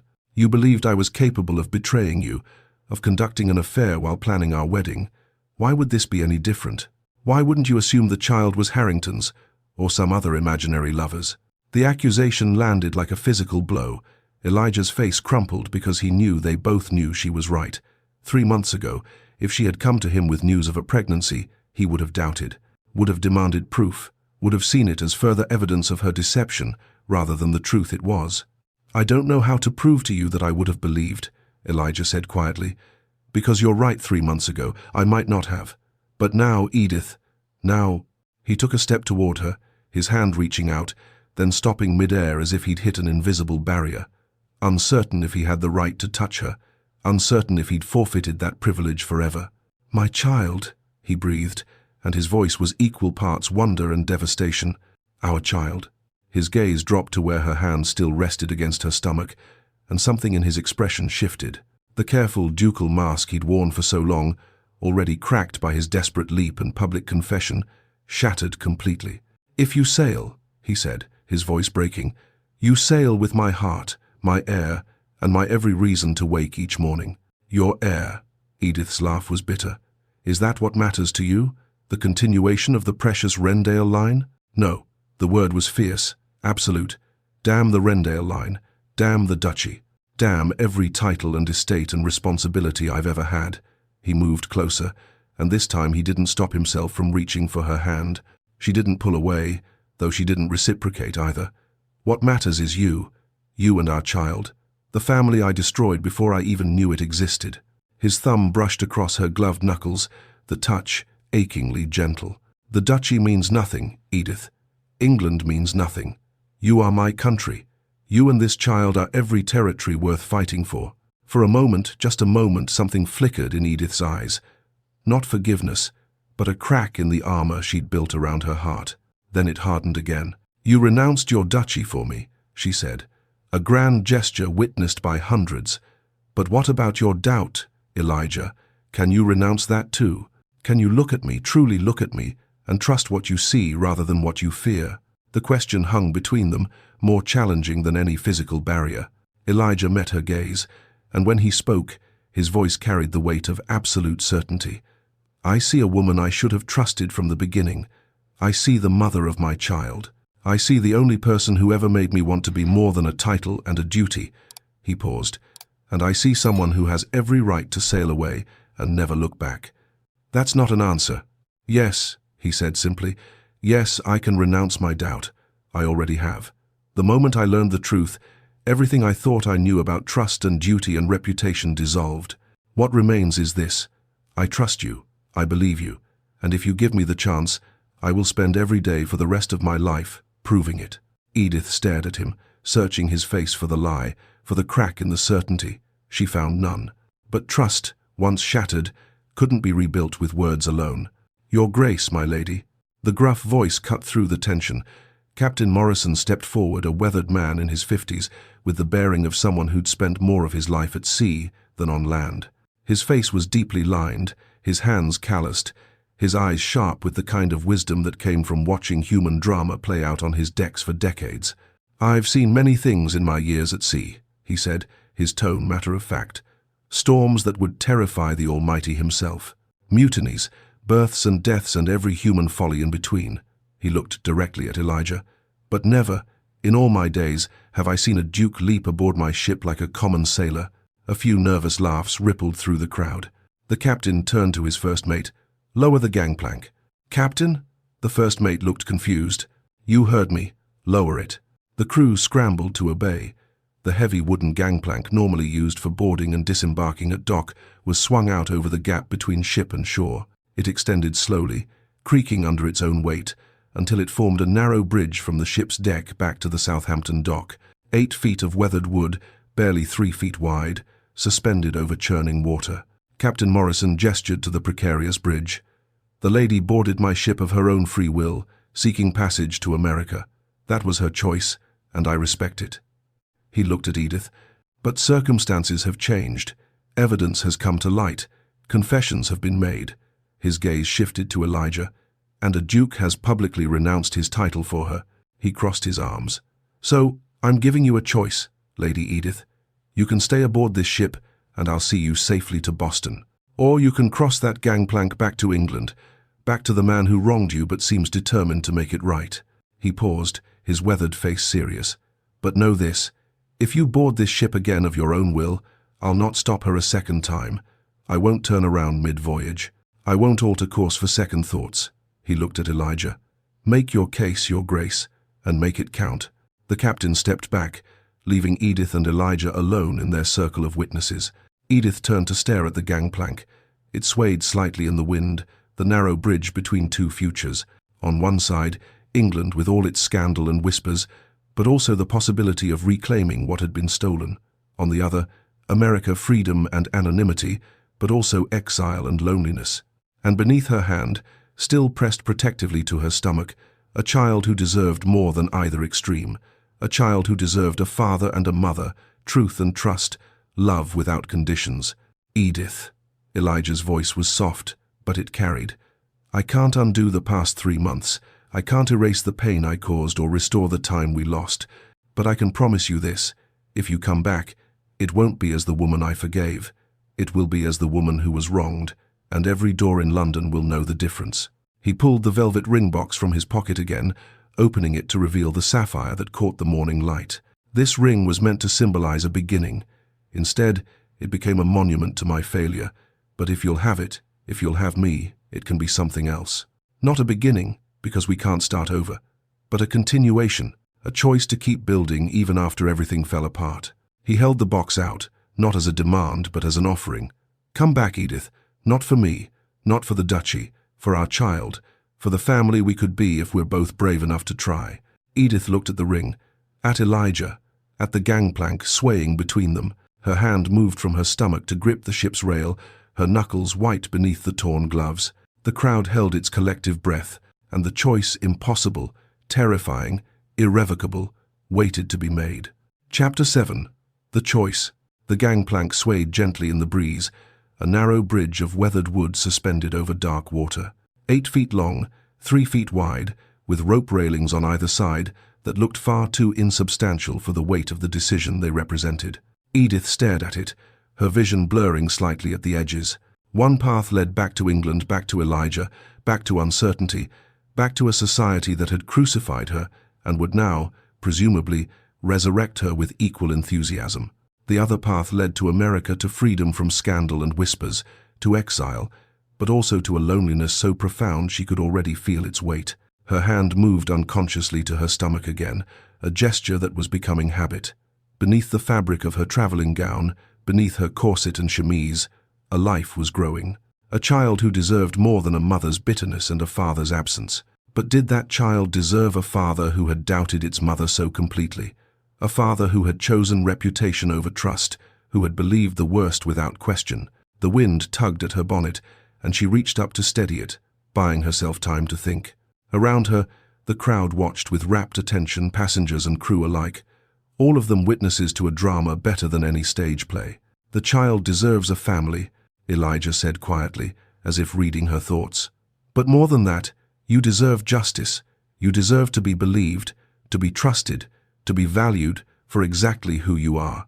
Edith turned to look at him. He stood at the base of the gangplank, water still dripping from his coat, the sapphire ring box clutched in one hand. He looked nothing like the perfect duke she'd once known, the man of careful composure and aristocratic bearing. He looked broken, desperate, human. "Justice," she repeated, tasting the word. "Margaret will stand trial. My name will be cleared. Society will welcome me back with their hollow apologies and false sympathy." Her voice hardened. "Is that justice, Elijah? Or is it just another performance? It's not enough." He took a careful step closer to the gangplank's edge. "Nothing will ever be enough to undo what I did. But it's a start. It's the truth, made public and undeniable." Edith looked back at the gangplank, then at the open sea beyond. "And what happens when the next scandal touches us? When the next piece of evidence appears, the next rumor circulates? Will you believe me then? Or will you?" "I will believe you." The words came swift and certain. "I will always believe you, because I've learned what it costs not to." Pretty promises. But there was less steel in her voice now, more exhaustion, more uncertainty. "Not promises, vows." Elijah's grey-blue eyes held hers, the kind that can't be broken without destroying the man who makes them. Edith's fingers tightened on the rail. She was so tired. Tired of fighting, tired of defending herself, tired of carrying the weight of her innocence like a burden no one else wanted to acknowledge. But she was also angry, deeply, righteously angry at what had been stolen from her. "If I return," she said, her voice carrying across the deck, clear and strong enough that every witness could hear, "it will not be as your redemption or your second chance." Elijah went very still. "It will be as your equal," Edith continued. "I will not be the Duchess who was forgiven for sins she never committed. I will be the Duchess who was wronged, and every door in London will know the difference." She saw him absorb the words, saw the moment he understood exactly what she was demanding. Not forgiveness, not a return to what they'd had, but something new, something harder won, and more honest. "Then I will walk before you and open every one of those doors," Elijah said, and his voice carried the weight of absolute conviction. He moved onto the gangplank, taking several steps until he stood at its center, suspended between ship and shore. "I will proclaim your innocence in Parliament. I will stand before the House of Lords and every drawing room in London and tell them exactly what was done to you." The crowd murmured, shocked by the public declaration. "I will see Margaret tried and punished to the fullest extent of the law," Elijah continued. "I will spend every day, every single day for the rest of my life, proving that my doubt was my failing, not yours, that the scandal was mine to bear, not yours to endure." He held out his hand, though he was still too far away for her to reach it. "Come back, Edith, not as my forgiven fiancée, as my equal, as the woman I should have trusted from the beginning." Around them, the witnesses watched with bated breath. Somewhere in the crowd, a woman whispered, "She should make him suffer more. 3 months of hell, and he thinks one leap is enough?" A man's voice answered, "He jumped 6 feet of open water for her. He's renouncing his duchy in front of hundreds. That's suffering enough, I'd say." "It's not about suffering," an older woman interjected. "It's about whether she can trust him again." That, Edith thought, was the only question that mattered. Could she trust him? Not with her reputation or her social standing, those were external things that could be rebuilt or abandoned. Could she trust him with her heart, with their child's future, with the vulnerable, honest parts of herself that she'd locked away after he'd rejected her? She didn't know. But she knew one thing with absolute certainty. She couldn't make this decision based on fear. Not fear of more pain, not fear of society's judgment, not fear of being wrong. She had to choose based on hope. However fragile, however cautious, Edith took one step toward the gangplank. The crowd erupted in murmurs and gasps, every eye fixed on her as she moved to the edge of the narrow bridge. Elijah didn't move. He stood at the center of the gangplank, his hand still extended, and he waited. He didn't rush her, didn't call out encouragement, didn't make demands or promises. He simply waited, giving her the space to choose. Edith placed one foot on the wooden plank. It swayed slightly beneath her weight, and she gripped the rope railing for balance. The water churned 8 feet below, dark and unforgiving. She took another step, then another. The gangplank creaked with each footfall. The rope railing was rough beneath her torn gloves. The wind pulled at her skirts, making each step a small act of defiance against the elements themselves. Halfway across, suspended between ship and shore, between exile and return, she reached Elijah. He stood perfectly still, his hand extended palm up between them. An offering, not a demand. "Not to lead you," he said quietly. His voice meant only for her despite the hundreds watching. "To walk beside you." Edith looked at his hand, at the man who had broken her heart and was now offering her his own, cracked and imperfect. She reached out and placed her hand in his. Not forgiveness, not yet, but a beginning, a tentative, fragile beginning built on rubble and hope in equal measure. Elijah's fingers closed gently around hers. For a moment, they simply stood there, suspended between two worlds, connected by nothing more than a touch and a choice. Then, together, they began to walk. Each step was deliberate, measured. Elijah matched his pace to hers, never pulling, never pushing, just walking beside her as the gangplank swayed beneath them and the crowd held its collective breath. They reached the dock, solid ground after the uncertainty of the suspended bridge. Behind them, the SS Britannia waited, its sails still slack, its passenger manifest short one name. The crowd on the dock erupted. Some cheered, caught up in the romance of it, the scandal, the drama of a duke who had leaped for love. Others whispered furiously, already composing the letters they would write, the gossip they would spread. A few applauded with genuine joy, moved by the raw honesty of what they'd witnessed. Edith didn't smile. Her face remained composed, serious, as she allowed Elijah to guide her through the crowd toward his waiting curricle. But she didn't let go of his hand either. Simmons, the driver, straightened when he saw them approaching. His eyes widened at Edith's presence, but he was too well trained to comment. He simply opened the curricle door and stepped back. Before Elijah could help her up, he paused. He unwrapped his soaked cloak from his shoulders and draped it around hers. It was cold and damp, but it cut the wind that had begun to pick up from the harbor. "Thank you," Edith said quietly, the first words she'd spoken to him that weren't accusations or conditions. "Always," Elijah replied. They climbed into the curricle together. As Simmons took his position and prepared to drive, a constable approached at a run, his face flushed.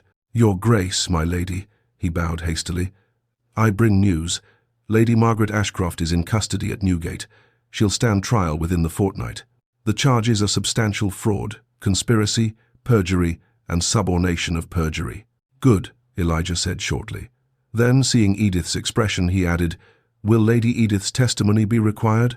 "The prosecution would welcome it, Your Grace, but with Lord Harrington's confession and the maid's testimony, Lady Margaret's own confession makes the case quite strong regardless.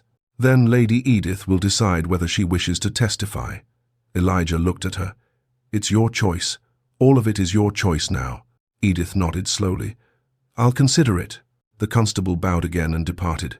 As the curricle began to move, pulling away from the docks and the ship that would have carried her to a new life, Edith finally spoke. "This doesn't mean I've forgiven you." Elijah's hand, which had been resting near hers on the seat, didn't move to take it again. "I know. It means I'm giving you the chance to earn it. Nothing more." "I know," he repeated, "but it means you'll let me try, and that's more than I deserve." The curricle rolled through Southampton's streets, past the warehouses and merchant shops, toward the road that would take them back to London, back to scandal and whispers and the long, difficult work of rebuilding trust from ruins. Edith leaned back against the seat, one hand still pressed protectively to her stomach. Through the fabric of Elijah's cloak, she could feel the faint, impossible flutter that might have been her imagination, or might have been the first movements of the life within her. Their child, the innocent party in all of this, deserving of both parents, deserving of a family built on truth rather than convenience. "I have conditions," Edith said. Elijah turned to her, his expression serious. "Name them. We don't marry immediately. I need time. Time to trust you again. Time to see if you can truly be the man you're promising to be." "Agreed. I want my own household until we're ready. Not the east wing of some estate where I'm hidden away. My own home, where I have autonomy and dignity. I'll purchase a townhouse in your name. Tomorrow, if you wish. And when the child comes," she hesitated, her hand moving unconsciously to her stomach again.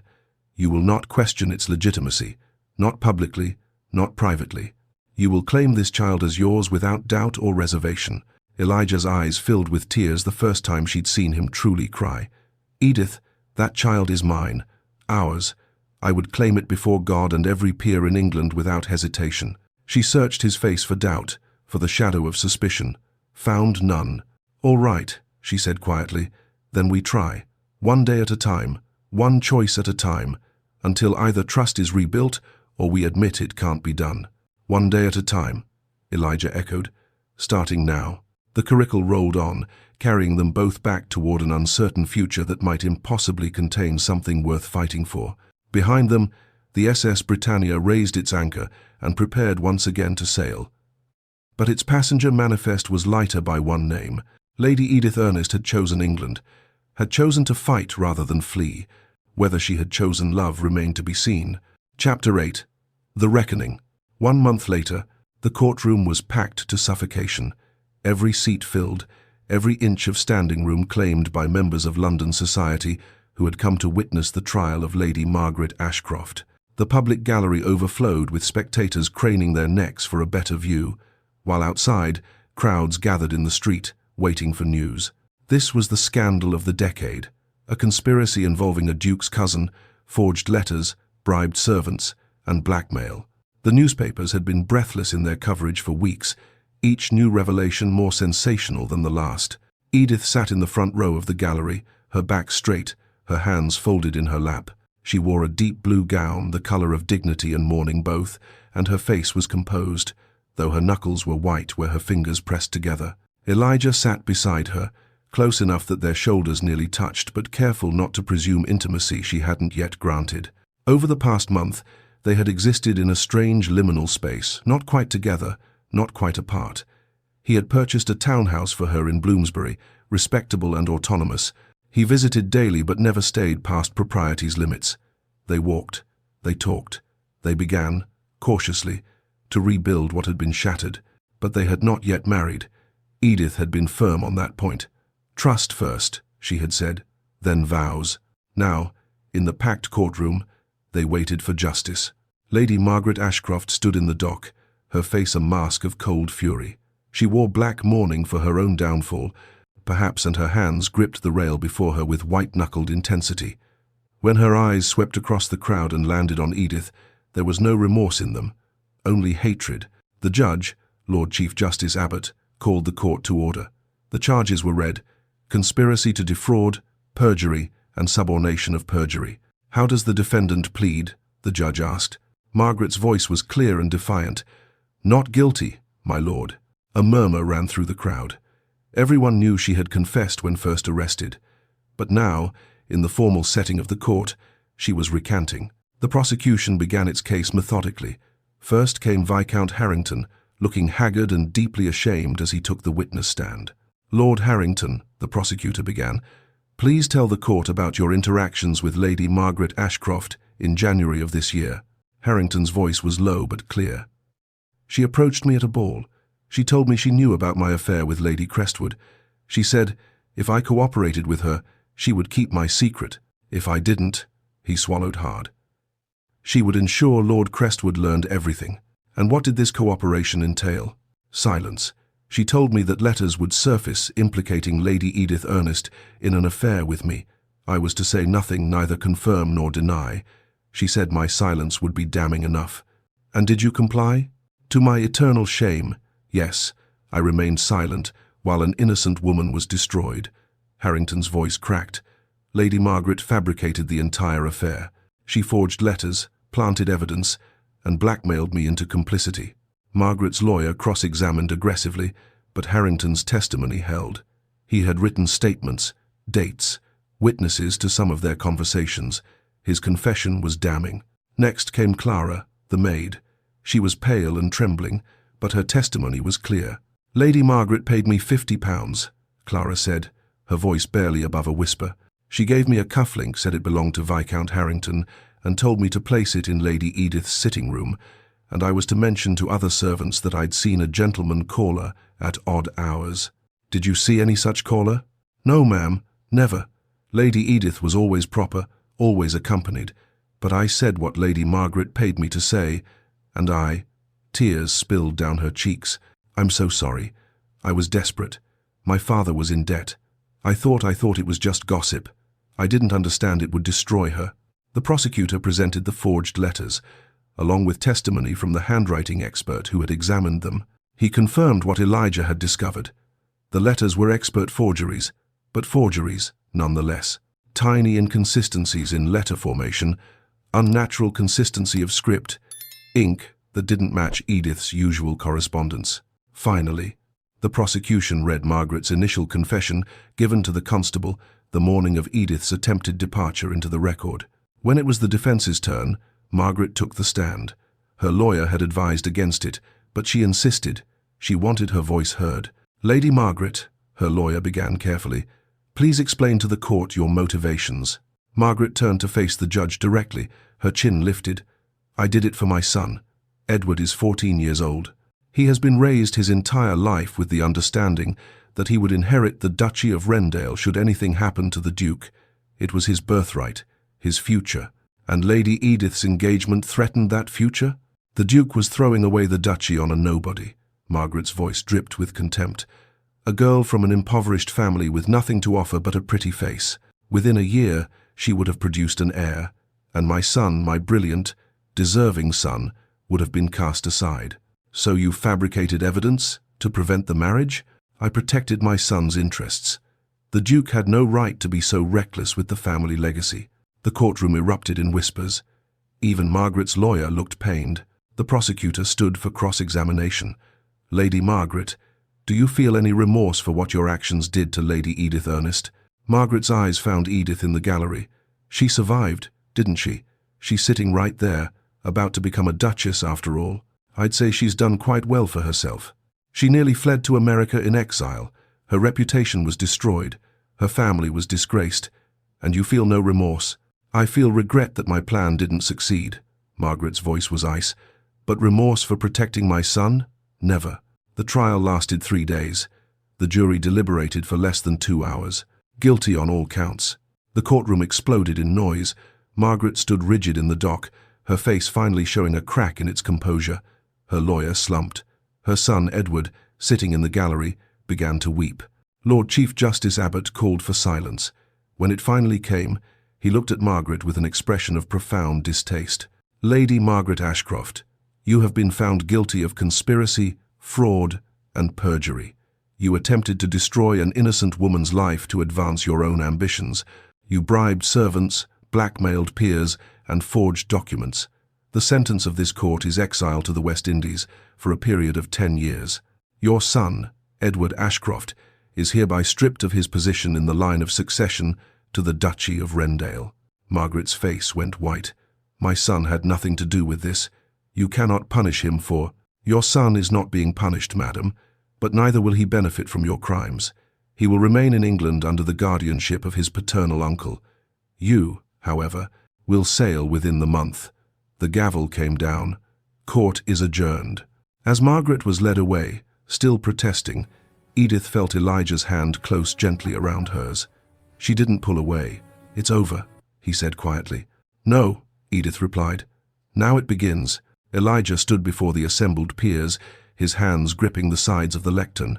Every seat was filled. Every eye was on him. My lords, he began, his voice carrying through the chamber, I stand before you today not as the Duke of Wrendale, but as a man who wronged the woman he loves. A murmur ran through the assembly. This was unprecedented. Dukes did not make public confessions of personal failure. Lady Edith Ernest is innocent of every accusation leveled against her. The evidence was fabricated by my cousin, Lady Margaret Ashcroft, in a conspiracy to prevent our marriage. This has been proven beyond doubt in a court of law. He paused, his gaze sweeping across the chamber. But Lady Margaret's guilt does not absolve mine. When those forged letters arrived, I believed them without question. I chose to protect my reputation over trusting the woman I claimed to love. I dissolved our engagement publicly, without granting her even a single audience, to defend herself. The silence was absolute. I failed her, Elijah continued, his voice rough with emotion. I failed her in every way. A man can fail the person he loves, and I will spend the rest of my life making amends for that failure." He straightened. "Let the record show that Lady Edith Ernest's name is cleared. Let it show that she was the victim of a malicious conspiracy, and that any scandal attached to her name is hereby repudiated by this body and by me personally."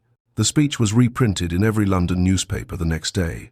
By week's end, Edith's invitations had resumed, not with the tepid politeness of society trying to forget a scandal, but with genuine apologies and acknowledgement of the wrong done to her. Summer came to London, warm and golden. Edith's pregnancy became visible, and with it came a strange social acceptance. A duchess-to-be, carrying the heir to Wrendale, was beyond reproach, even if the timing raised eyebrows. Elijah visited her townhouse every day. Sometimes they walked in nearby gardens, her hand resting lightly on his arm. Sometimes they sat in her drawing room and talked for hours about everything and nothing, rebuilding the easy conversation they'd once shared. And every evening, before he left, he would ask permission to speak to their child. The first time, Edith had been startled. "Speak to? May I?" He gestured to her growing belly. She had nodded, uncertain. Elijah had knelt before her chair and placed his hand gently on her stomach. "Hello, little one," he said softly. "I'm your father. I've made many mistakes, but I promise you this. I will spend every day trying to be worthy of you and your mother." It became a ritual. Each evening, he would kneel and talk to their unborn child, reading poetry, telling stories, making promises. And each evening, Edith felt the tight knot of anger in her chest loosen just slightly. One warm evening in August, as they walked through the gardens of Wrendale Estate, she had finally agreed to visit. Edith stopped by a rose arbor. "You're trying," she said, not looking at him. "I see that." "I'll never stop trying," Elijah replied. She turned to face him. "I'm not ready to forgive you yet. I don't know if I ever will be, fully, but—" She paused, searching for the right words. "I'm ready to marry you, not because society demands it, or because of the child, but because I want to see if we can build something new from what was broken." Elijah's eyes filled with tears. "That's all I could ever ask for." They married in a small chapel on the Wrendale estate, with only immediate family present. No society, no spectacle, no grand performance for London's entertainment. Edith wore a simple cream gown, her pregnant belly visible beneath the empire waist. She wore no veil. "I will not be hidden," she had told Elijah when discussing the ceremony. "Not my face, not my condition, not my truth." "Then I'll marry you in broad daylight before God and everyone," he had replied. When the vicar asked for their vows, they had rejected the traditional words in favor of their own. Elijah spoke first, his voice steady. "I vow to trust you, to believe you, and to never let duty eclipse love again. I vow to be your partner, your equal, and your champion. I vow to earn your trust every day for the rest of our lives." Edith's vows were just as firm. "I vow to hold you accountable, to demand your respect, and to build a life where love is the duty we both serve.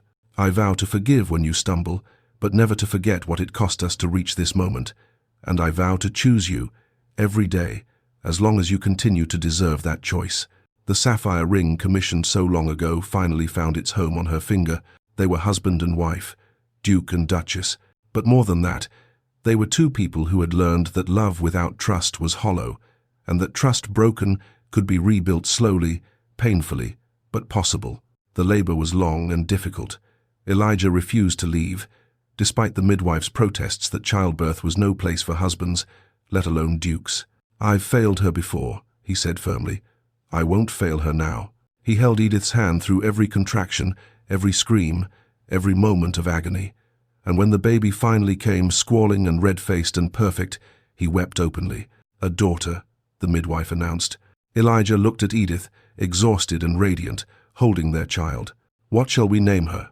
"Charlotte," Edith said without hesitation. "Charlotte Edith Walter." Elijah's breath caught. Charlotte, the name of his lost sister. The grief he'd carried for so long, transformed into new life. "Are you certain?"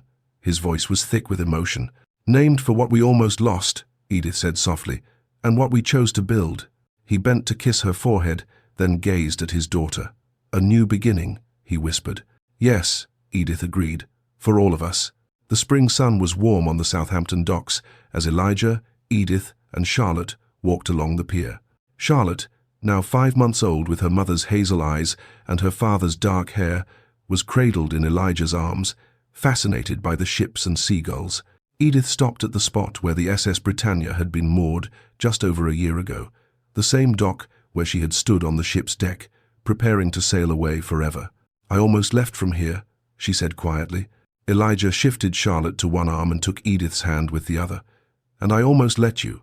They stood in silence for a moment, watching ships prepare to depart new passengers with their own stories, their own destinations. "Do you regret it?" Edith asked. "The leap? The renunciation? Everything that came after?" Elijah looked at her, his wife, his Duchess, the woman who had demanded he become more than his title.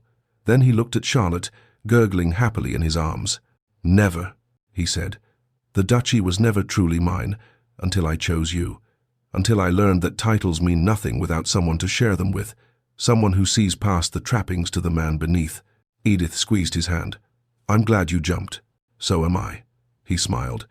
"Though perhaps next time, choose a ship docked a bit closer to shore." She laughed, the first truly carefree laugh he'd heard from her since before the scandal. "There won't be a next time. We're past running now." "Yes," Elijah agreed. "Now we stand together, through whatever comes." Charlotte chose that moment to reach for her mother, and Edith took her, settling the baby against her hip. The three of them stood at the dock's edge, a family forged from scandal and suspicion, broken trust and hard-won redemption. A duke who had learned that love required not just passion, but trust, and that trust, once broken, must be earned back through action, not words. A duchess who had demanded not forgiveness, but change, and who had been brave enough to accept it when it came. And between them, a child born of scandal, but raised in a love that was hard-won and true. A love that had survived doubt, distance, and the cruelty of false accusations. A love that had emerged stronger for having been tested. "Shall we go home?" Elijah asked. Edith looked at him, really looked at him, and saw not the perfect duke she'd once idealized, but the flawed, honest man he'd become. The man who had leaped across impossible gaps for her. The man who read to their daughter every night and still asked Edith's permission before taking her hand. "Yes," she said. "Let's go home." They turned from the docks, walking back toward their carriage. Edith's hand in Elijah's, Charlotte nestled between them, the Southampton harbour at their backs, and their future uncertain but shared stretching before them. Behind them, a ship raised its sails and prepared to depart. But this time, they weren't watching it leave. They were walking away together, toward the life they had chosen, toward home. They say trust, once broken, can never be fully repaired. But Elijah and Edith learned something different. That broken trust, carefully rebuilt with honesty and time, can become stronger than trust that was never tested. Their love was not the fairy tale Edith had once dreamed of. It was something better. It was real, flawed, and hard-won, and it was enough. That's the story of Edith and the Duke, who leaped across impossible gaps, both physical and emotional, to reclaim what he had nearly destroyed. Their tale wasn't about perfect love or flawless heroes. It was about trust shattered and painstakingly rebuilt, about a woman who demanded not forgiveness, but change, and about a man who learned that titles mean nothing without the courage to trust the person you claim to love. If this story moved you, if you felt Edith's pain, Elijah's desperation, or the hope of their hard-won redemption, please let me know by hitting that like button. Your support tells me these stories of complex love and second chances matter to you.